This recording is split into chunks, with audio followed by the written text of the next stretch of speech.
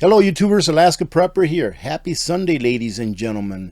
On today's video, I want to share two different perspectives on what's supposed to and or may happen tomorrow, April 8th, during the solar eclipse. I think both perspectives are pretty interesting, and a former Air Force general actually warns that we should be getting prepared for an EMP. He doesn't necessarily say that tomorrow on the 8th of April that we will have an EMP, but he says that Americans should be serious about being prepared for such an event. I don't think that there is a country out there outside of the United States that would be bold enough to execute an EMP upon the continental United States. It could happen. It is a possibility. And when I see and or hear former Air Force generals saying, hey, this is something that we should be worried about, then I think it's worth taking a look at. And here you see that a former Air Force general says that an EMP could happen during the eclipse tomorrow. But he's not saying that it will happen. Ladies and gentlemen, anything could happen. But reading on, he's going to tell us that we need to be prepared because this is a very big possibility. And some of you may ask, AP, why is it that you don't think that an outside force would conduct an EMP on the United States?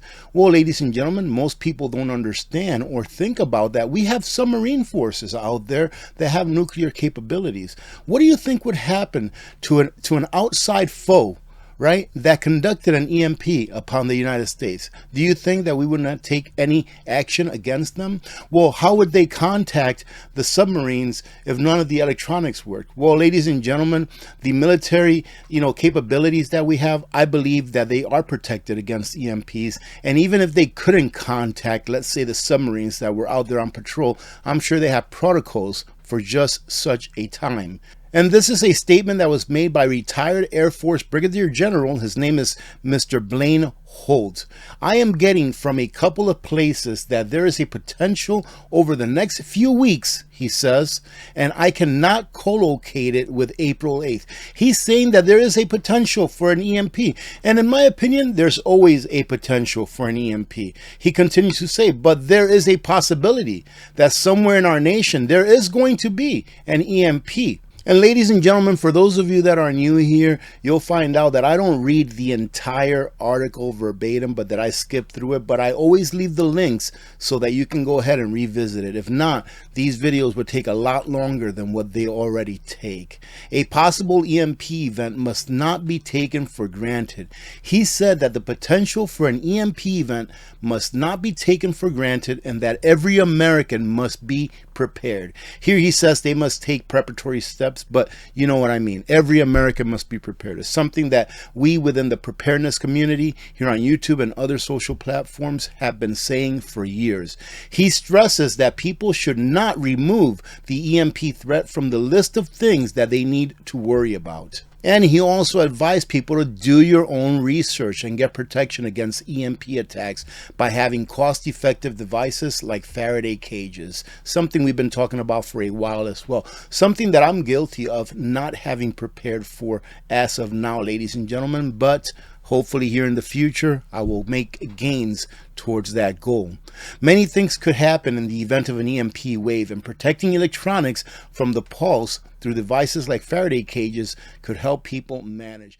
And here's another article, ladies and gentlemen, that I came across that has kind of like the opposite view of what we just discussed. This is why many people will consider the Great American Eclipse of 2024 on April 8th to be a big dud. And what Mr. Snyder is talking about here briefly is that maybe nothing crazy will happen tomorrow, but pretty much everything that has happened leading up to the event and the event itself is pretty significant. Let's read on because he explains it very well. We are about to witness the most dramatic astronomical event in the entire history of the United States. Now that is saying a lot. The Great American Eclipse of 2024 will be the last solar eclipse in the continental United States until the year 2044. And it is being projected that it will be personally viewed by more people than any other eclipse in North America ever. Literally, millions of people are expected to travel into the path of the totality on April 8th, and one expert is warning that this will be like 50 simultaneous Super Bowls across the nation. Due to all of the eclipse tourists that are expected, some areas in the US and Canada have already declared a state of emergency for April 8th. That's the one part that I don't really understand, that they're declaring states of emergencies just because people are coming to see the eclipse, because of tourists pretty much. But then again, maybe I'm missing something. Prior to the Great American Eclipse of 2017, the last total eclipse in the United States was in 1979. And after the Great American Eclipse of 2024, again, they say that we will not see another one until 2044.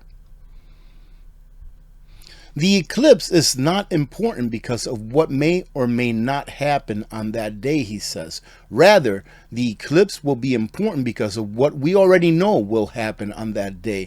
And he further explains that the Great American Eclipse of 2024 will complete a giant cross over America that the Great American Eclipse of 2017 started. Now this I have heard of.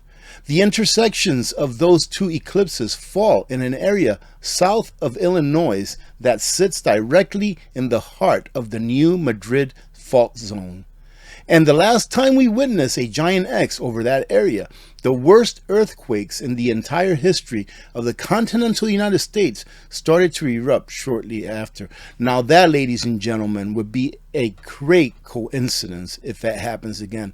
And if it does happen again, like a huge earthquake like that in that area, it's going to affect everyone in the country, no matter how far away you are, even here in Alaska.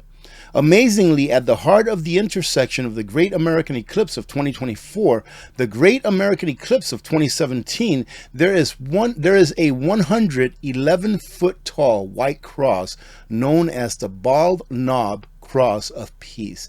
That itself is also pretty interesting. And finishing it off, he says, to top everything off, all of this will happen on the first day of the first month on the Hebrew calendar. That's interesting too. As this eclipse is happening in the United States, the sun will already be down in Jerusalem, and the first day of the first month will already have begun. The Great American Eclipse of 2024 will literally be the most ominous sign in the heavens in the entire history of the United States. So anyone who calls it a dud after it's over is being extremely ignorant. Once again, I want to stress that I don't expect any major disaster or emergency to happen on that particular day. That is not what it's about.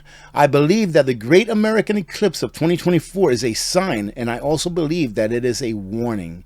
But instead of recognizing what it really means, millions of Americans will be using the eclipse as an excuse to party and celebrate, and that is extremely unfortunate. And once again, he says, we get to April 9th. Many will foolishly suggest that the eclipse really didn't mean anything at all, and that is because they failed to recognize the entire point of the eclipse. And that, ladies and gentlemen, is why I really like following Mr. Snyder and SHTF plan, because he puts things where I can really understand it. And I know that if I can understand that point of view, that many other people will. So what he's saying there in layman terms is that it's not of what can happen during the eclipse that's of significance, really. He's not saying something won't happen or that something will happen, but it's because of all of the coincidences that have come together around this eclipse. So I guess we will have to see what happens. What's the best thing that we can do, however, is to always be prepared. Get prepared, stay prepared. Get to a place in your preparedness plan where you're just filling in the gaps, and help your family members and friends to wake up that they need to be prepared. Having said that, I hope you have a great rest of your day. God bless every one of you. God bless America. I'm Alaska Prepper. I'm out.